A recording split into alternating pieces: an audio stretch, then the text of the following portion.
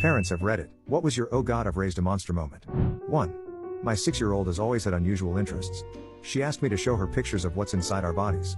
I showed her diagrams on Google, and she said, "No, I mean inside of a real body. Like someone who has passed away." I showed her some random picture of an arm surgery and she was begging for more. She also always asked me to stop so she can look at animals that have been hit on the road.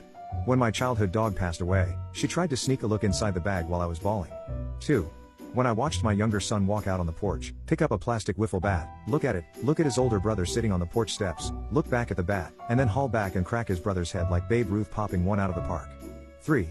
Today, my 3-year-old dipped her cantaloupe in ketchup and ate a whole plate of it. 4.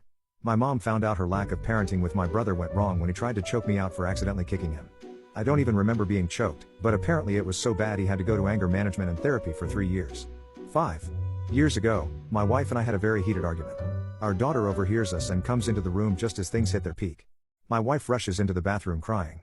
I'm left sitting on the bed feeling low, listening to my wife sob on the other side of the door. Our daughter looks up at me with a smile and says, "Mommy's crying," and proceeds to laugh loud enough for Mom to hear. And with that, I was in trouble for something entirely new. 6. My 11-year-old son recently called 911 and said I slapped him. CPS came, it was a cluster. It was so well orchestrated, he even took a picture of himself with a red mark on his face.